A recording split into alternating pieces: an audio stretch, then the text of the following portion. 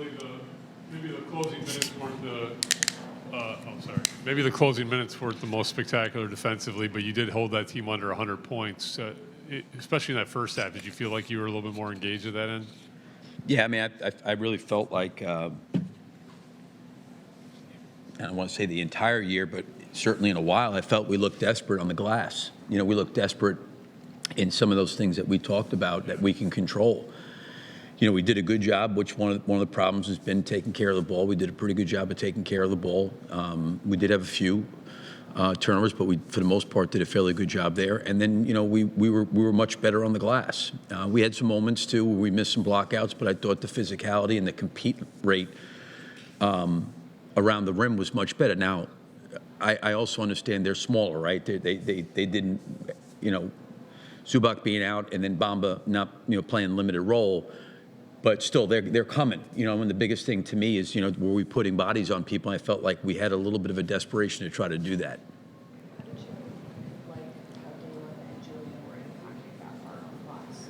Yeah, I mean, I like the way both of them played. You know, even though Matas didn't maybe have a good shooting game, he had, you know, a couple opportunities. I thought he could have rebounded. He didn't. But, you know, overall, like I liked his energy around the basket. I liked Julian's energy around the basket.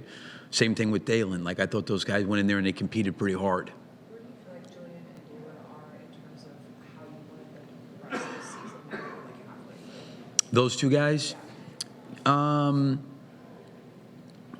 Yeah, I think that the biggest thing, you know, when you talk about carving out a role for a young player where we have a mix of veterans and younger guys, the consistency part of being able to be reliable night in and night out in terms of the, you know, the things that are going to impact our team in a positive way, right? Like I thought Dalen was really solid today, but, you know, a couple games ago it was a foul three-point shooter, two quick turn. Like those are the things I think that, you know, they can eliminate. You know, what are the things that I know I can be responsible and accountable to, and then try to do them on a consistent basis, and then make sure that their performance is consistent on those things, right? And I think both of those guys did that. It's something for them to build off of.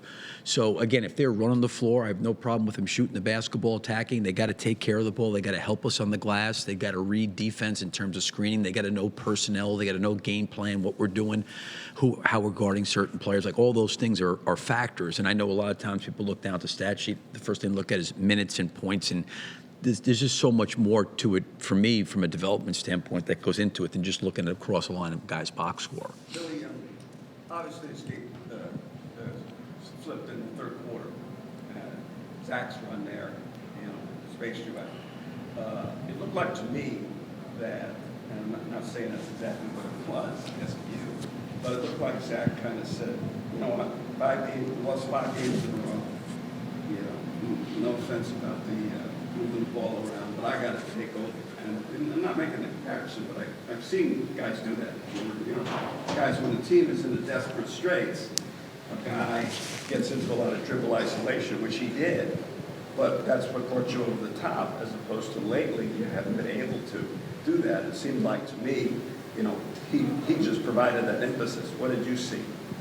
Well, I think coming out of the last game against Portland, I thought there was, and I think Zach would agree with this, there was a lot of opportunities for him to shoot the basketball from behind the line. And I think we need him to do that. And I think, you know, looking back at the film and even talking to him this morning, I think he even acknowledged, you know, I probably should have taken a few more. The isolation stuff, I thought a little bit late. We got a little bit stagnant with all their switching and them being small, and he got put into a couple tough situations. He did draw some fouls, but I thought for the most part of the game, even in those dribble isos, he was pretty quick and decisive, where it was either downhill or he shot it. And that's, you know, that's when he, to me, is at his best. We did get into some clock situations. I don't know if he said, listen, I think he was just basically coming off of the last game, looking at that and saying, geez, you know, we were having a hard time scoring. Wasn't a good scoring night, and on top of that, I really bypassed a lot of opportunities to really take some threes and take advantage of some long closeouts. So I think his mind was like, I can't let that happen. I'm going to go out there and be aggressive, and we need him to do what he did tonight. Not so much the last 2 minutes or 3 minutes where we got bogged down, but during the course of the game, I really liked the way he played. I'm sorry. Came out, looking to shoot. I think he had 7 field goals early on, first quarter, the second quarter. Is that something that got said? I mean, what? Yeah, I mean, I mean, I'll tell you exactly what ended up happening. You know, we come out of the Portland game, right? We take 29 3-point shots. And I know you're not a big fan of the threes going up, but for us, we have to take them. You know, when you look at that, we turned the ball over. And then also on top of that, we got killed in the backboard. Well, we have no chance if we don't take our opportunities. And I'm not talking about just jacking threes. I'm talking about, I cannot tell you the number of threes in the Portland game that we bypassed. And it led to always something not very good. I think Casey mentioned to me, you know, the ball looked like it stuck. There was really, you know, balls usually, that's exactly what happened. Because what happened was guys were bypassing shots and opportunities, and they're holding it and driving it, and then all of a sudden we're getting stuck. So I think the message tonight was like, you are open, shoot the basketball. Don't complicate it, you know? And I think that's where Zach became very aggressive, and even when Talon got in there. You know, Modest took his shots. He was 1 for 6. I liked the way we tried to play. We were aggressive. We have to play that way. Now, I don't want to take bad shots. I want to generate good looks. But the last game against Portland, I didn't think we were even close to playing identity-wise how I think we need to play to give ourselves an opportunity and a chance to compete against teams. Billy, what was the thinking behind not playing Modest in the second half? Was it just I just kind of lost him, to be honest with you. I don't mean lost him like literally, but I'm saying that to Sam's point, that third quarter was going so well and that group was playing so well.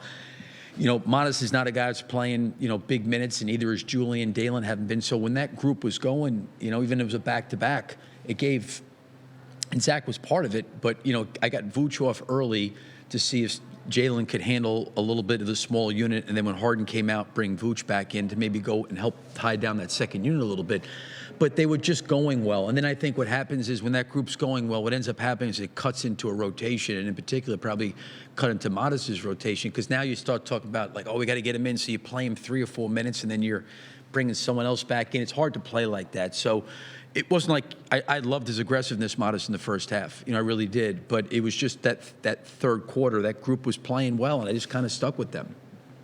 Coach, over here in the back, I just wanted to, I apologize if you were asked about this, but obviously Lonzo, just, you know, where he's from, obviously didn't shoot the ball well, but just having him on the court here back home, what do you think that kind of meant for him after the last couple of years he's been through? Yeah, I mean, I think for him to, you know, being from California and going through what he's gone through the last couple of years, I'm sure it meant the world for him to come back here, you know, and have family and friends see him play. I know his family's seen him play, you know, live, you know, this year. But I think the fact that he could do it here, I'm sure meant a great deal to him. I didn't really talk to him about it. He's probably a better guy to talk to, but just knowing how important his family and his friends are to him, I would imagine that was a big deal for him. Coach, another thing about Alonzo, what did you see in him that you guys, it took time to let him come back from this major injury? Yeah, I mean, we were committed to him. Obviously, he was under contract, and we were going to try to do everything we possibly could to try to help him get healthy. He did everything he could on his end to do the same. You know, I was just, and we were happy that, you know, he was able to get back and really be a consistent contributor to our team, because I think 2 or 2.5 years ago, no one knew what was going to happen. And I think it speaks volumes not only of his recovery and rehab and what the doctors did and getting him back on the court, but I also think it speaks volumes to his resiliency and toughness mentally to fight through that, because he really was on an island by himself. You know, he was away from our team. He was in rehab.